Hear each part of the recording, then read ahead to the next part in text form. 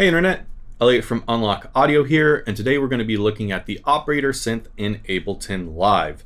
Now, I personally love the Operator Synth. It allows you to create sounds using additive synthesis, subtractive synthesis, as well as frequency modulation synthesis. If you're not sure what those things are, I have a separate video I put on this channel talking through the different types of synthesis and synthesizers in general. You should definitely check that out. But if you're interested in how to use Operator, what all the different knobs do, and how everything relates to each other, and begin to get an idea of how to make decisions in terms of your knob turning an operator, this video will be exactly what you're looking for. So I'm going to open up Ableton and talk through messing around with Operator to let you know what all those different options do. Let's dive in. Okay, designing a synth using Operator.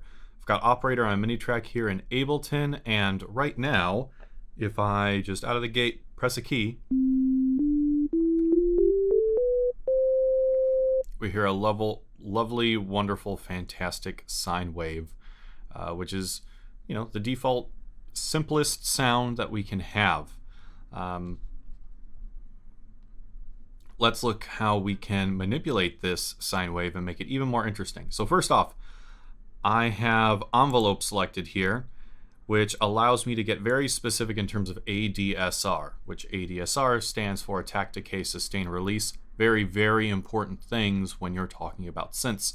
Again, if you want to go into detail about synths in the macro sense and music and audio synthesis, you should check out the video that I did previously on that. But for now, I'm just going to show you how you can manipulate this stuff. So, attack. You can move it over here. You can hear what that's doing.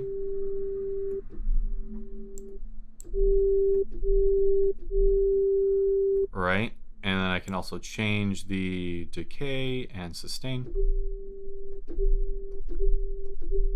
You can hear how that fades in, gets loud, and then quickly gets a bit quieter, which is different than this, where it stays the same loudness throughout, right? And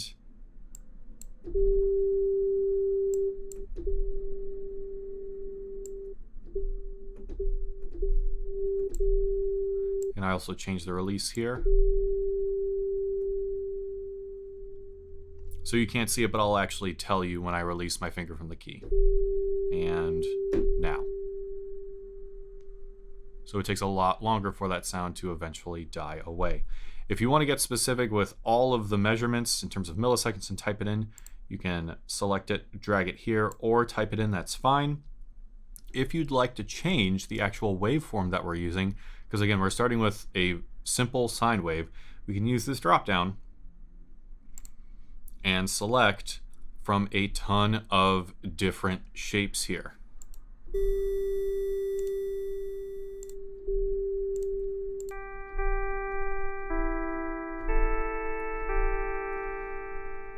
So we've got all these different waveforms that we can use, and if you're wondering what all these numbers next to them mean, they correspond to the number of harmonics that we're going to reproduce using that waveform shape above our fundamental. If you're like, what does all that mean? Again, watch my music and audio synthesis talk. If we want to get specific in terms of the harmonics that we have, you can see that now that I've changed the waveform, our display here has changed as well. So we were originally over here in envelope, where we can manipulate ADSR for everything. Now we're in oscillator, and as I cycle through different shapes, you can see that we're adding on bars here in this display, and these bars represent harmonics, again, above our fundamental. Okay.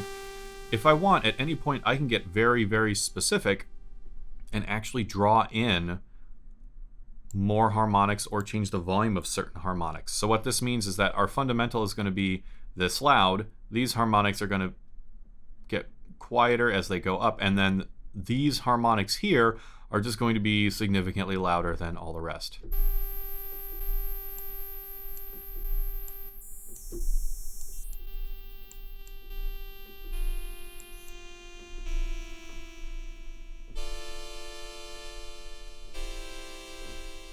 And at any point, if I want to get rid of it, I can just draw it down to 0.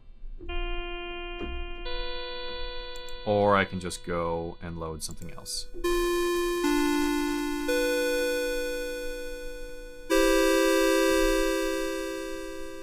Cool, right? That is all in the realm of just using one oscillator. And Operator actually gives us 4 oscillators that we can use all at once. We've been triggering all of them, but these other 3 above here all have a level set to infinite decibels, so we just can't hear them at all. However, if I want, I can select this, and let's give it a waveform of square 8. And I'll actually make this saw 4. So that's what this oscillator sounds like by itself. Now I'll go back to my previous one with my square 8 waveform, and I'll just turn it louder.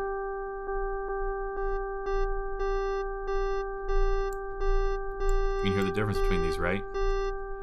It's important to know that each one of these oscillators has a separate waveform and a separate envelope. So we have our default here, which is different than the envelope that we gave to our other one, right? So these can all be incredibly different from one another. So let's tweak this a bit. Give it a bit more attack. If I want.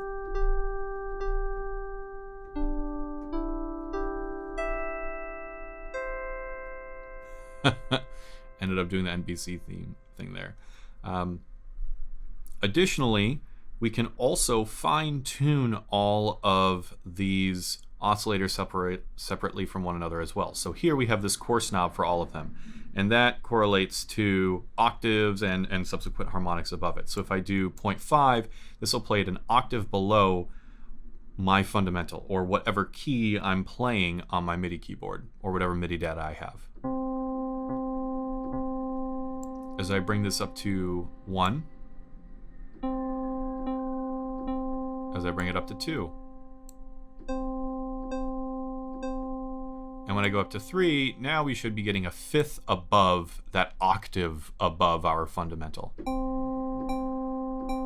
All right, and then it'll keep going in terms of harmonics.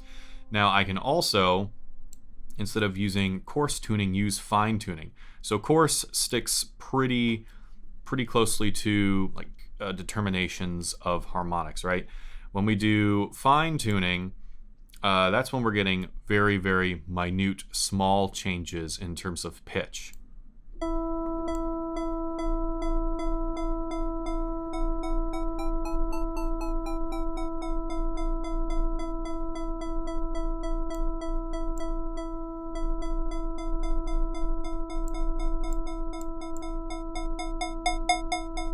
And at any point I can hit fixed.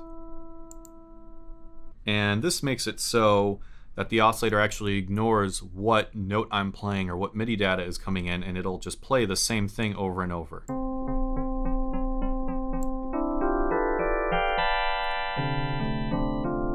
You can hear that this oscillator is actually changing in terms of pitch, while this one is remaining the same. So if you want to just have something create more bite at the beginning of a note, you can use fixed, so it will always create that same bite and aspect to it, while all of your other oscillators can operate independently. The last thing I want to talk about, because we're not going to go into all the detail, everything here, is this panel here. So I'm going to select this, and you can see all of these different shapes here. And these all correspond to different types of routing that are available using operator and frequency modulation synthesis. So right now I've got this selected here, which just treats all of these 4 oscillators as 4 separate voices that don't influence each other. They just play the sound that they create, and we can layer them on top of one another, aka additive synthesis.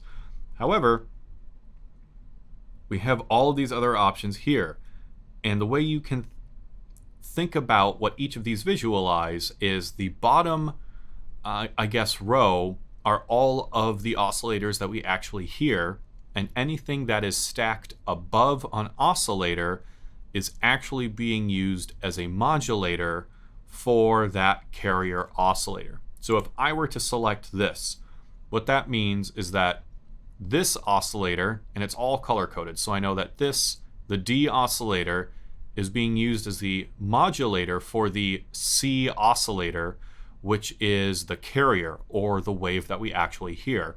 And then both A and B are just playing normally on their own. So we don't actually hear D in this scenario. It's being used as the frequency modulator for the carrier oscillator, and then we're just hearing these regularly. And at any point, I can just toggle on and off all of these oscillators, even within using any of these setups here. So as we get into more setups where different oscillators are modulating different oscillators, which are modulating different carriers, we can get some really interesting, crazy, weird sounds. So I'm just gonna dial in some random stuff here, and we're just gonna hear what it sounds like.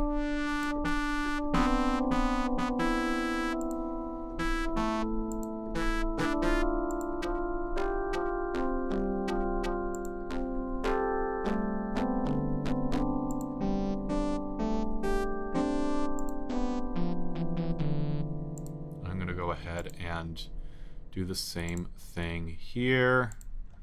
Let's go for a saw 6, and let's even type in a bunch of stuff. Let's fine tune it weirdly, and even give it a chorus.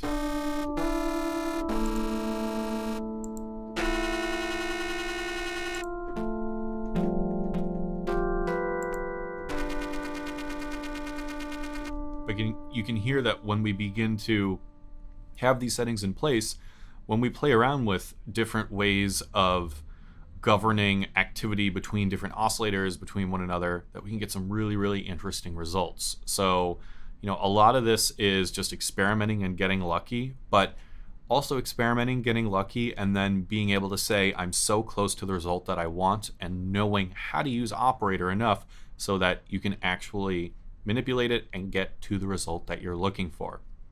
So I hope this was helpful for people that have never used Operator before, or if you have, that now you have a bit more know-how and knowledge on how to get to the results that you want when you're messing with Operator. Be sure to check out Unlock Audio to see all the cool stuff that we do for games. Sign up for our newsletter if you'd like some game, audio, music, implementation goodness every once in a while, and subscribe to this channel if you'd like to know when we put new videos out. Thanks so much for watching.